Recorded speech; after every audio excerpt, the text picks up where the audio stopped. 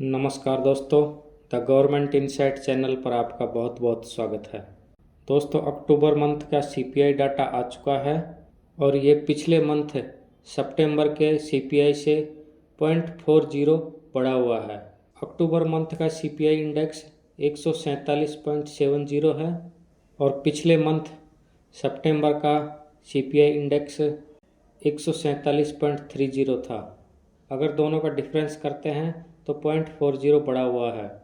अब हम अक्टूबर मंथ के सीपीआई डाटा को जो कि 147.70 है, अगर इसी को सेम नवंबर मंथ के लिए भी 147.70 और दिसंबर मंथ के लिए भी 147.70 मानते हैं तो तीनों महीने का टोटल सीपीआई होता है 443.10 और इन तीनों महीने के सीपीआई का एवरेज निकालते हैं तो वो आता है 147.70। इस एवरेज सीपीआई से जो कि 147.70 है में से 123.03 माइनस करते हैं तो 24.67 आता है, जो कि एक्सपेक्टेड डीए फरवरी का होगा। अब पिछले क्वार्टर का डीए 23.93 था और एक्सपेक्टेड फरवरी का डीए 24.67 मानते हैं तो टोटल इंक्रीज 0.74 होगा।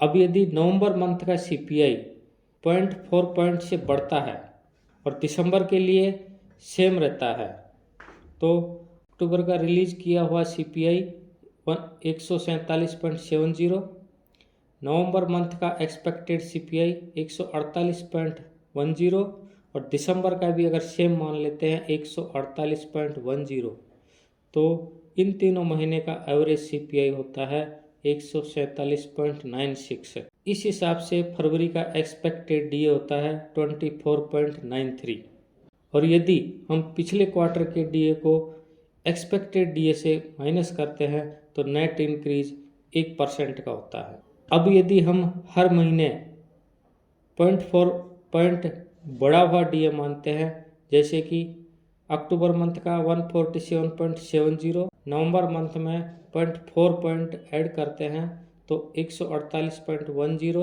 और दिसंबर मंथ में भी 0.40 ऐड करते हैं तो 148.50 होता है। अगर इन तीनों महीने का एवरेज सीपीआई लेते हैं तो 148.10 होता है।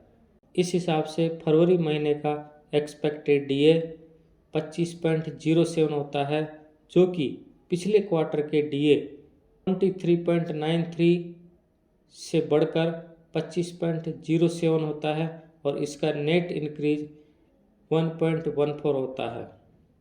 ये एक एक्सपेक्टेड डाटा है। अगले 2 मंथ में सीपीआई इंडेक्स घट भी सकता है और सेम भी रह सकता है और बढ़ भी सकता है।